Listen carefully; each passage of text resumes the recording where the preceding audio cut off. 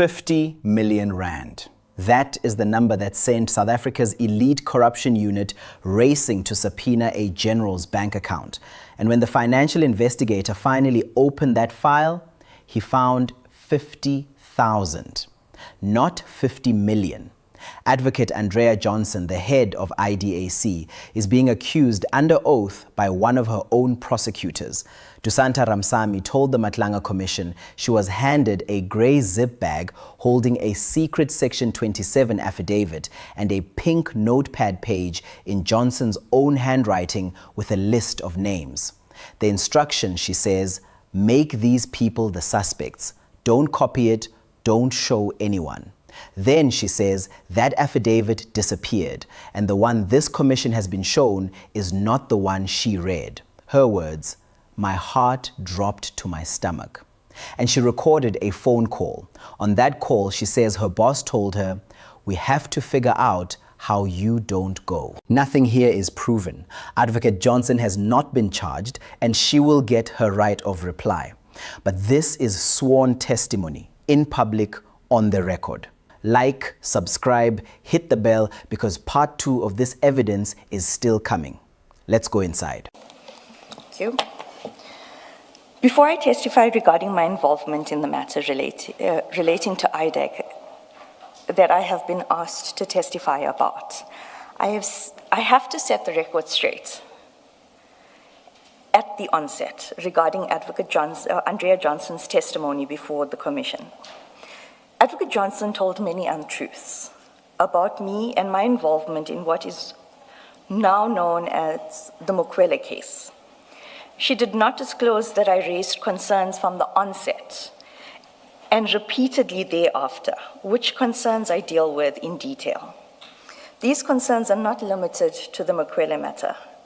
I had concerns about the crime intelligence-related cases and matters relating to the National Commissioner, General Fani Masiamola. Advocate Johnson decided shortly after the Section 2813 authorization of the crime intelligence matters that all other crime intelligence matters would be ring-fenced into a project which she named Project Diversion. I do not know why she chose this name, other than that what is stated in the WhatsApps that I have provided. Which we will get to in the chronology of events. Correct. Okay, the next page for paragraph 5. Thank you.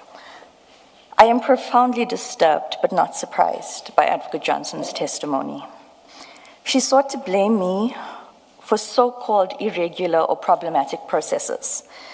Let me make it clear that Advocate Johnson was in charge of Project Diversion, and in particular the Mkhwanazi matter from the onset. I deal later with the makeup of the team, which was different to how a project or investigation team is usually constituted. It is my belief that Advocate Johnson handpicked me to be part of this project because I had successfully, or rather we had successfully investigated another Section 27 referral matter involving a high-profile individual. I also believe that Advocate Johnson picked me because she thought that I would not question or ask questions because I'm a state advocate, not a senior state advocate, not a deputy director of public prosecutions. What she did not anticipate was that Mr. Mansa Rapesu, the lead investigator, and I would question Project Diversion from the start. May I proceed? Thank you.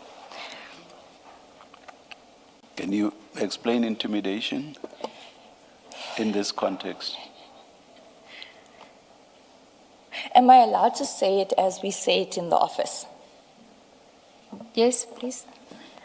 The nickname for Advocate Johnson in the office is flip-flop, knee-jerk. Okay, just explain that. You would get instructions in the morning. Can I speak from my personal experience now?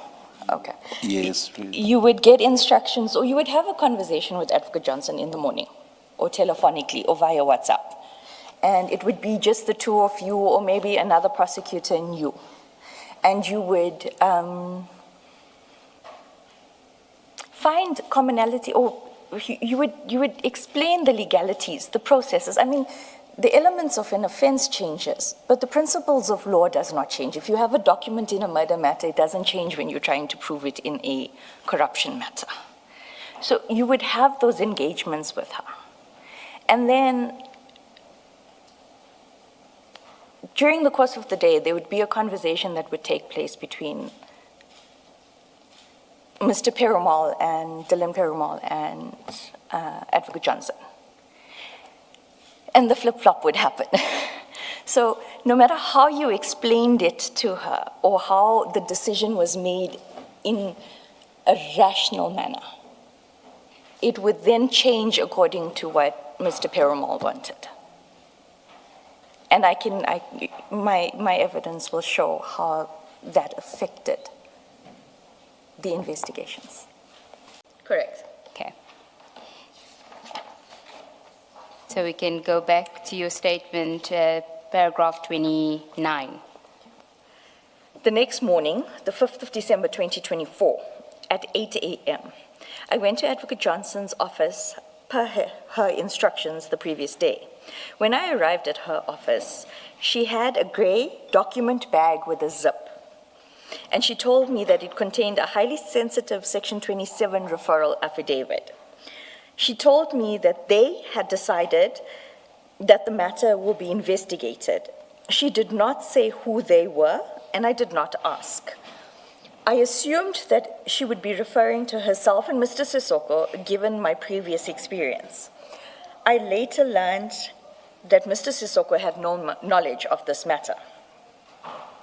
Returning to the document bag, it also contained a pinkish purple page from a notepad with names of people in Advocate Johnson's handwriting. She told me that these are the suspects Chief and I discussed are to be included in the Section 2813. By Chief, she meant Mr. Perumal. Advocate Johnson handed me the bag and gave me the following instructions. Again, my underlining is deliberate. I must take the content of the bag and prepare an application for authorization of a Section 2813 investigation. The names on the notepad were the names of the people who must be listed as the suspects in the application for the 2813 investigation authorization. She gave me the names of the IDAC members who would form part of the team on this matter in order for me to include it in the application. She indicated that it would be Advocate Manilal as the DPP, Mr. Perumal, Chief Investigator, Mr. Rapesu, Lead Investigator, Mr. Padiachi, Senior Investigator, Mr. Venon Vessels, Chief Financial Investigator, and me, Prosecutor. Advocate Johnson said that she needed a DDPP on the matter for the purposes of authorization, but that she would supervise the matter. I must not make copies of Section 27, the 27 referral affidavit. 30.5, I am allowed to make notes regarding the Section 27 referral affidavit. 30.6, I must not show the Section 27 referral affidavit to anyone due to the sensitivity of the matter. Once I have prepared the application, I must email the application to her as a matter of urgency, and I must then return the contents of the bag to her. Can I just, because we have not seen the Section 27 affidavit you are referring to. You say there was this purple pinkish notepad and it had names of people. Correct. When you looked at that affidavit, did the names that were on the purple notepad also appear in that affidavit you were looking at that you were told not to make copies of? No, Commissioner. Thank you. When she gave you the list of names, did she say where she got that list from? Yes, Commissioner, I do deal with it in paragraph 30 on page 13. She told me that these are the suspects Chief and I discussed are to be included in the Section 2813, chief being Mr. Perumal. The more direct question perhaps then, when she testified, you were following, she didn't remember where she got this list from. She thought it came from you, and then she called, she came back to report that she called you, and you said to her on that call that you said she told you when she gave you the list that she got the list from Chief Perumal. Is that correct? That happened on that day that she gave you the list? No, no, Chair. Sorry, Commissioner. Commissioner, the page was her handwriting. Her handwriting is very distinctive. And it was a pink purplish page with notes that she would usually, or a notepad that she would usually keep in her office. And she had clearly stated to me, these are the names Chief and I decided, but it was her handwriting. Okay, then the subtopic, the Section 27 referral affidavit. When Mr. Padiachi testified before the Commission, a document was flighted, and it was identified as the Section 27 referral affidavit of Mr. Fadil Adams. This document is contained at page 512 to 516 of the IDAC exhibit bundle. When I saw this document, my heart dropped to my stomach, because this was not the 27 referral affidavit that Advocate Johnson gave me on the 5th of December 2024. In fact, I saw this document for the first time when it was flighted at the Commission. I initially thought I was mistaken. I then contacted Mr. Rapeso to discuss with him. He confirmed that the Section 27 affidavit that was flighted at the Commission was not the Section 27 affidavit I had shown him on the morning of the 6th of December 2024. I will return to why I showed the Section 27 affidavit to Mr. Rapeso in violation of Advocate Johnson's instructions not to show the affidavit to anyone. I have not seen the Section 27 affidavit after the 6th of December 2024. After I had returned it to Advocate Johnson. What I recall of its contents is based on my memory, but as the Commission will see, there are certain contemporaneous recordials by me that somewhat corroborate my recollection of the contents of the Section 27 affidavit.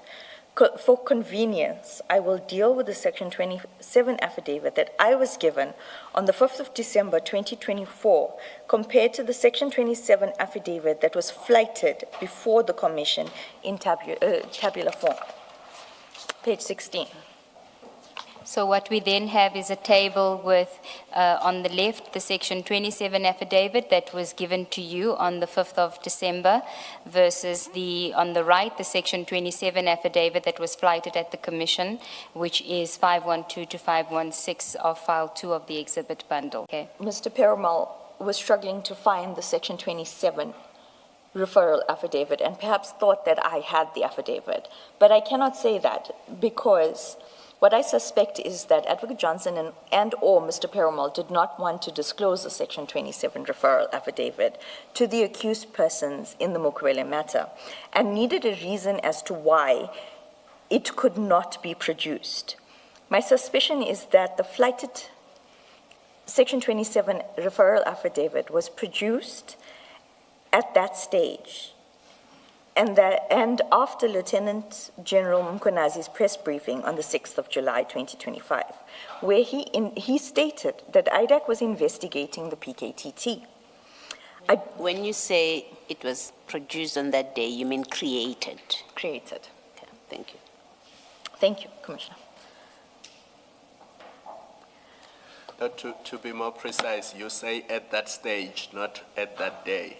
At that stage, yes. So I understand you to mean that it must be after September or early October 2025. Because if it existed in early October, the flighted Section 27 would have been provided to the accused. So it must mean it did not exist when the accused were asking for it. Correct. The one that is flighted did not exist. Can I just interrupt you here?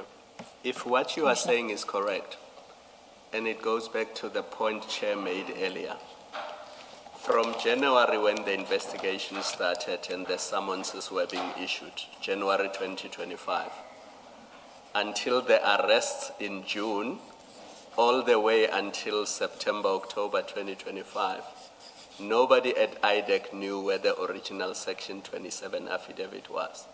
If Commissioner... So how did they conduct the investigation leading to people being arrested and charged if nobody knew, if they last saw it, according to the inquiries that are being made to you, if they last saw it when they handed it to you and you handed it back? That's a very good question. How did they do it?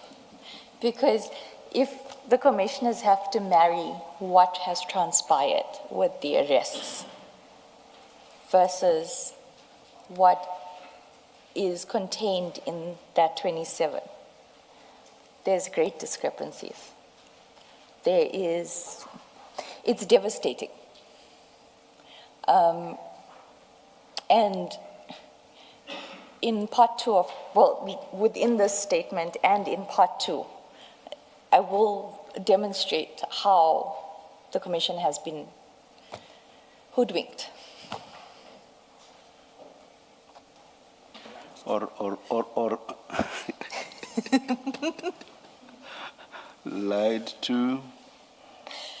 I'm not saying we have concluded that we've been lied to, but I'm just saying perhaps the lied to is an appropriate, stronger word in the context. I'm trying to be polite. Hi, Advocate Johnson. Hello. How are you? Fine, and you? Well, they put me through the cases for the Section 2813 on diversion. the commando matter. Yeah. Okay. I haven't been watching. I've been so busy. Yeah. Don't worry. I think they're going to call you. Oh, God. I'll come and tell you why. Mm. We'll have to figure out how you don't go. Okay. So they said to me, I must tell them step by step. I said, I get the 2813. Usually we give it to a team. Santosh is the deputy, but I give it to Drew. Yeah. You use it to compile a Section 2813. Mm-hmm. Now they're saying when they look at the 2813, Yeah. must just check, the annexure that has all the names of the people, annexure A, it has all the suspects. Yeah. When you look at the 2813, you could only really make out Kumalo, maybe Madondo and Lushaba. Yeah. Where did you get all the other names from? That page that you gave me, the names were on that page that you gave me. The one in the folder. The one in the handwriting, on the pink purple page. Where would we have got those names from? I don't know, you gave it to me on the morning just before I rushed to court. You gave me the 27 referral and the names on the handwritten page.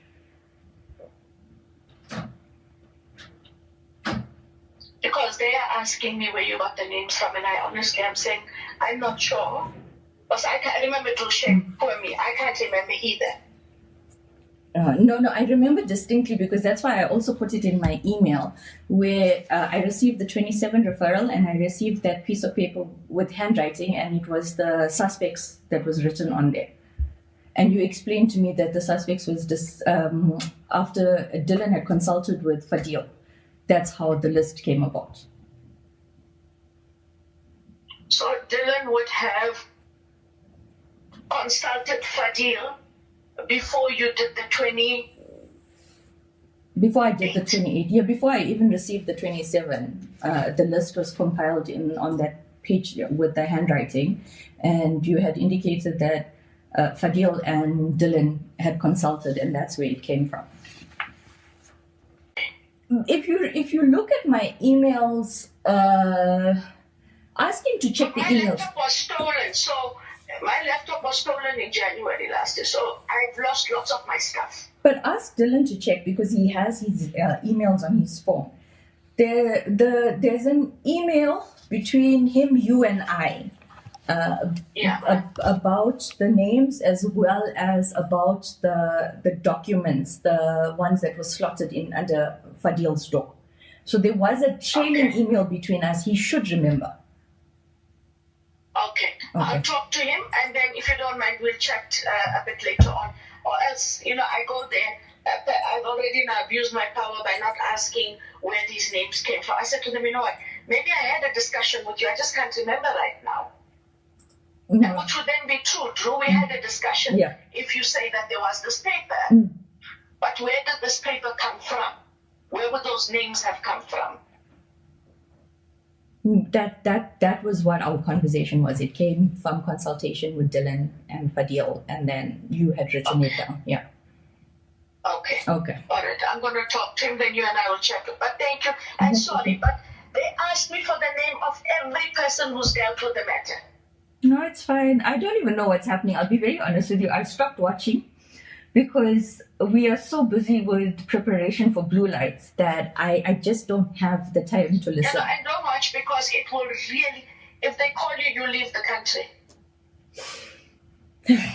Okay. Oh God. Okay. It's not what you know. Morning. Okay, we'll get to that later. So then we have to return to your statement at page 24, paragraph 56. I later confirmed with Advocate Johnson that the dockets were received from Lieutenant General Sentamule and that Rapestu had been requested to provide written request for their record purposes, but that the dockets would be made available that day. Advocate Johnson then asked me to get a copy of the written request to Lieutenant General Sentamule from her assistant, and that it must be delivered when the dockets are collected. She also gave me an instruction that the dockets must be copied immediately and the originals must be handed to her personal assistant. A few hours later, I advised Advocate Johnson that I had received the dockets, a copy was made, and the original placed in an envelope given to her personal assistant. I told her that I would peruse all the sections and prepare a report to her. The request for the dockets was yet another matter that did not sit well with me. We usually request certified copies of the docket, and the originals are retained by whomever the request is addressed to. In this instance, I was asked to request for the original dockets, which is evident from the letter to Major General Khumalo. Before I deal with my report, I must address the issue of the letter to Major General Khumalo. Advocate Johnson testified that we sent the letter requesting the dockets to Major General Khumalo, and that he had indicated that the dockets were not with him, or were not his.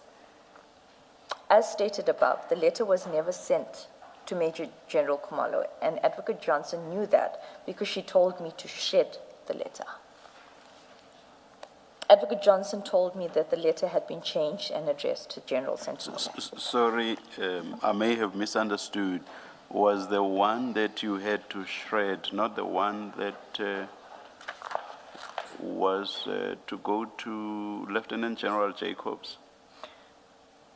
No, Chair. Yes. And why did you put that in? Because of the way Mr. Perumal was insisting this. It was brief conversations that he would phone me and say, hey, we need to do this, or hey, we need to start moving with this matter. I was also going on leave. So, and I'm going to repeat it, and I know it's going to sound like I'm repeating it ad nauseum, but my gut was not feeling comfortable compared to the 27 I had done in 2023 versus this. And at that stage, there's no evidence, so... There's nothing, there's no evidence. What do you 28 if there's no evidence? What evidence are you? Are you going on a fishing expedition?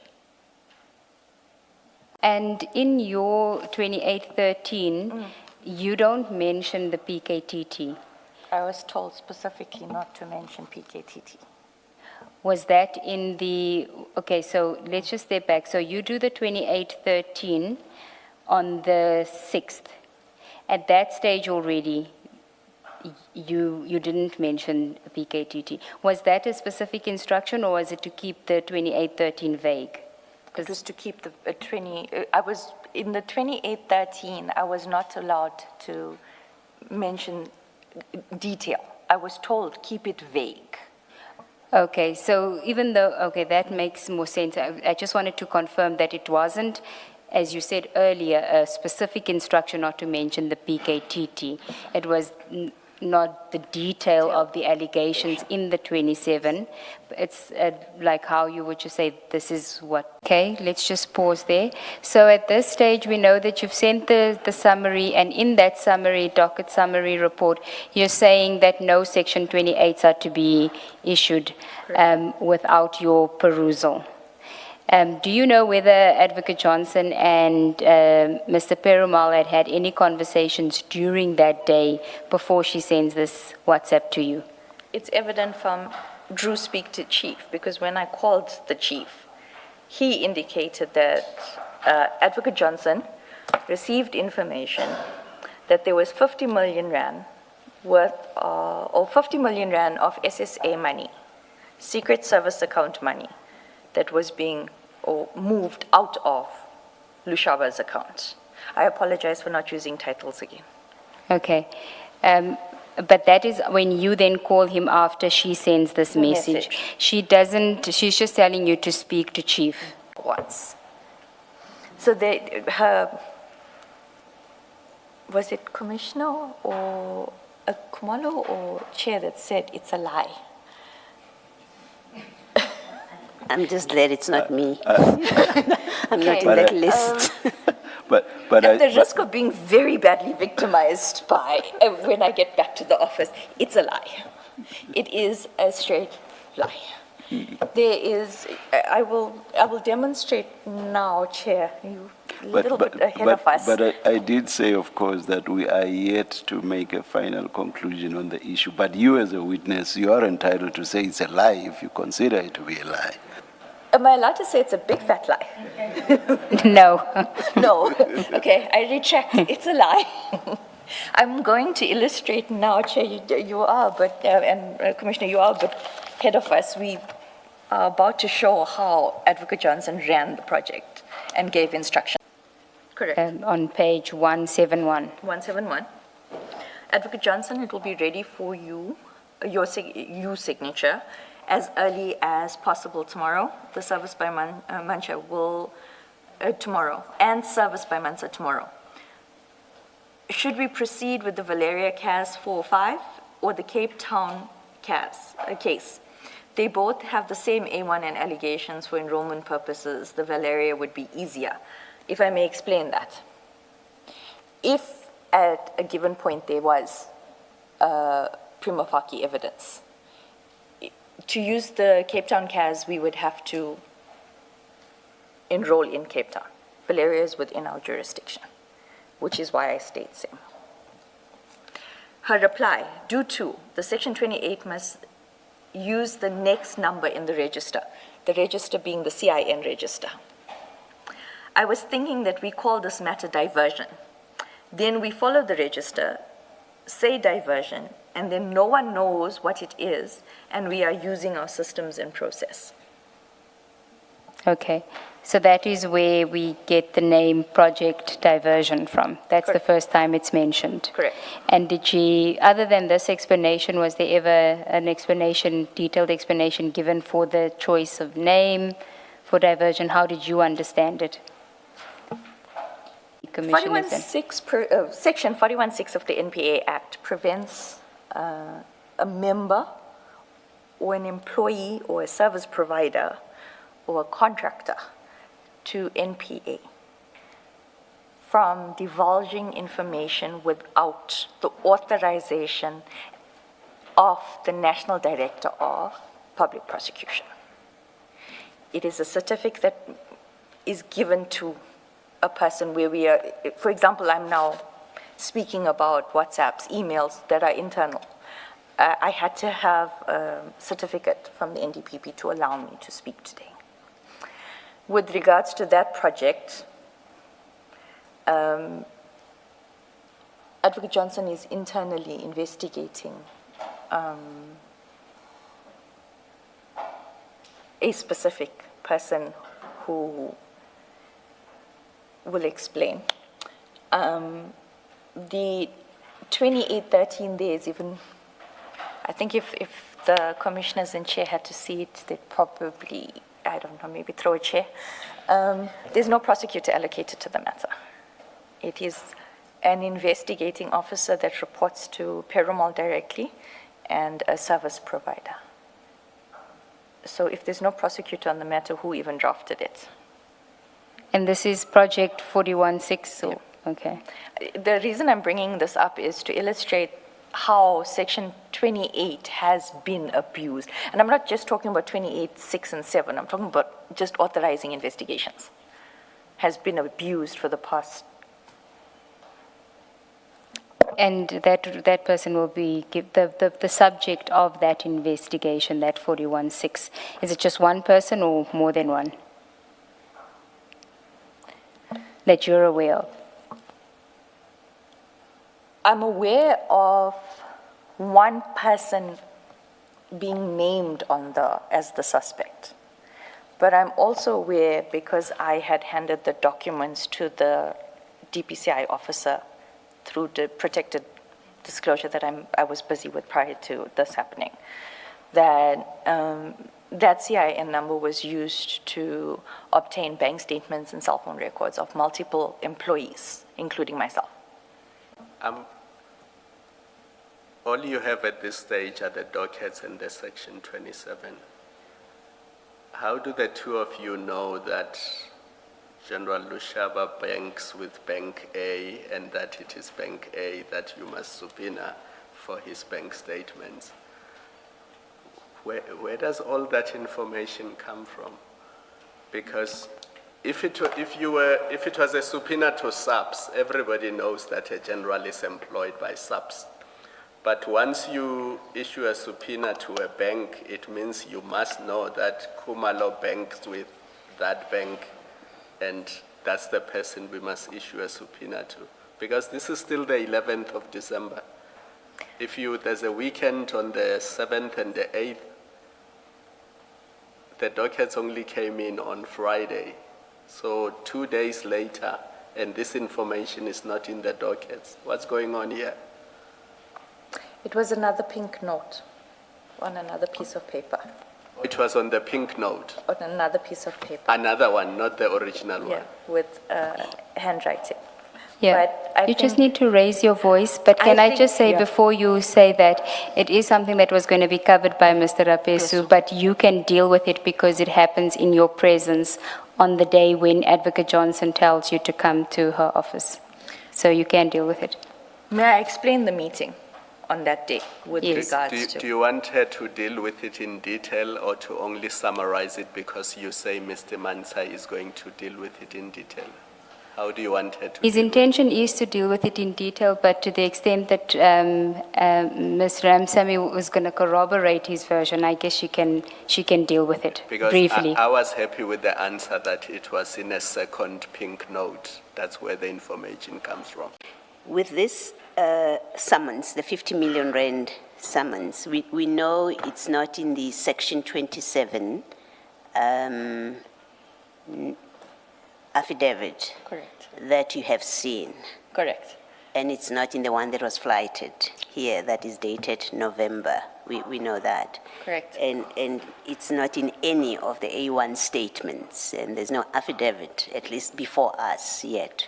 And you say earlier that it's nowhere, it's not in any documents. It seems to me, and this is what I want you to comment on, it seems to me that either Advocate Johnson or Chief Perumal, because they're the two people that you say were intimately dealing with this, the two of them would have or must have received information, if they did, about the 50 million rand. It's about to be moved from a secret service account. That, and they have a list of bank details of General Lushaba, that kind of information, if indeed they had it, would have had to have come from someone at crime intelligence, because we are talking about funds being moved from a crime intelligence account. Is that a fair summation? It's the same conclusion that I came to. You drew that conclusion I drew the same conclusion. Prior to me being removed, there was a lot of distrust, discord. As I stated before, if you went against what Perumal was wanting to do, you were attacked by Advocate Johnson. So at that point, I was currently at the target. I was literally the bullseye for that attack. And in a meeting, I had asked specifically, what has happened with those? And because I knew that Advocate Johnson had given instructions to the whole team that once it's received, it must be given to the financial investigator, Mr. Wynand, that was designated on the matter. So in April, and if memory serves, it was in the meeting of the 24th of April, 2025. Yes, it was. It is in the notes.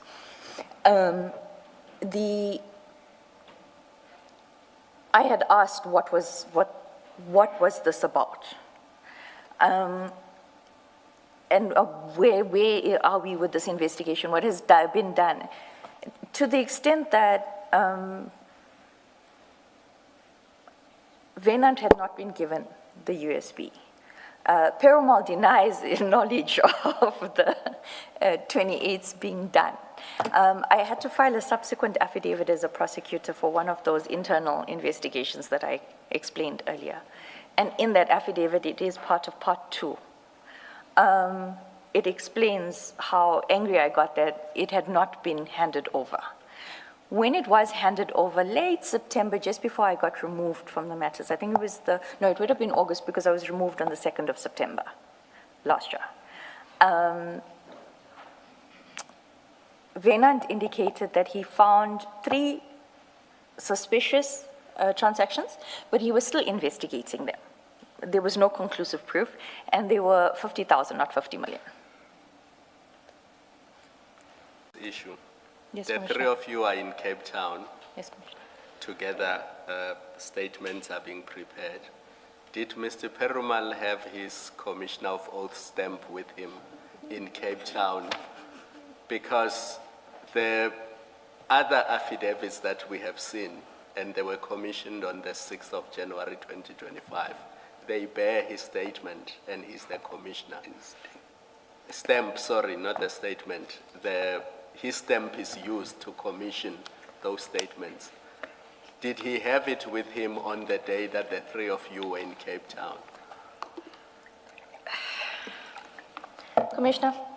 And would he ordinarily carry his stamp around? No. None of the investigators generally carry. Also, the Pretoria stamp will be futile in Cape Town. But on that day, Mr. Perumal had no stamp, and he commissioned no statements. That is why I sent the voice note that I did. I think it was on the 22nd or 23rd. So what conclusion must we draw when we see affidavits commissioned by him on the 6th of January 2025, subject to him coming to explain, of course, but because you are here and you were with him that day, what conclusion do you say we must draw? The exact conclusion that Commissioner Khumalo used on that day. Those statements are doctored. As far as my memory serves, and I've got the USB here, as far as my memory serves, I didn't see Rapeso's supplementary in the disclosure that was given to me by the team. So the disclosure given to the accused, remember when the docket is disclosed to the accused, which sets of affidavits? Was it the affidavits that you were aware of, or was it the ones that Mr. Perumal commissioned? When disclosure took place, and when I saw the flighted, and then when I went to the USB that was disclosed to me, which is the same copy that was disclosed, it's the 6th of January 2025, commissioned by the schizophrenic affidavit, the Pretoria, Cape So Town, it's Dylan Perumal. It's the Perumal affidavits that were disclosed to the accused. Isn't that improper because it means incorrect affidavits are disclosed to the accused and not the original affidavits that were taken from the witness? I would say that the commissioner is being kind. It's unlawful. It is unlawful. It is unlawful. It is not irregular. It is unlawful. It is an offence. And then you mislead the court when you say to the court a full disclosure of the docket has been made to the accused, when in fact that is not the case. About the PKTT. Sorry, about the PKT. Read that sentence Let me again. Read that again. Let's just start the paragraph again as an aside. As an aside, I recall that during the meeting with Mr. Adams, showed us messages that he had received from either Minister Mkhwanazi directly or Mr. Cedric Nkabinde. I cannot recall. These messages were allegedly from Lieutenant General Mkhwanazi about the PKTT. I did not read the messages. I frankly was not interested. And I just handed the phone back to Mr. Adams. Can you tell us what Mr. Adams said the messages were about? Mr. Adams said that the messages were Lieutenant General Mkhwanazi threatening to arrest Minister Mkhwanazi if the PKTT was shut down. And this was on 6 January 2025? Correct. Okay. You didn't see the messages, it wasn't something that interested you? No.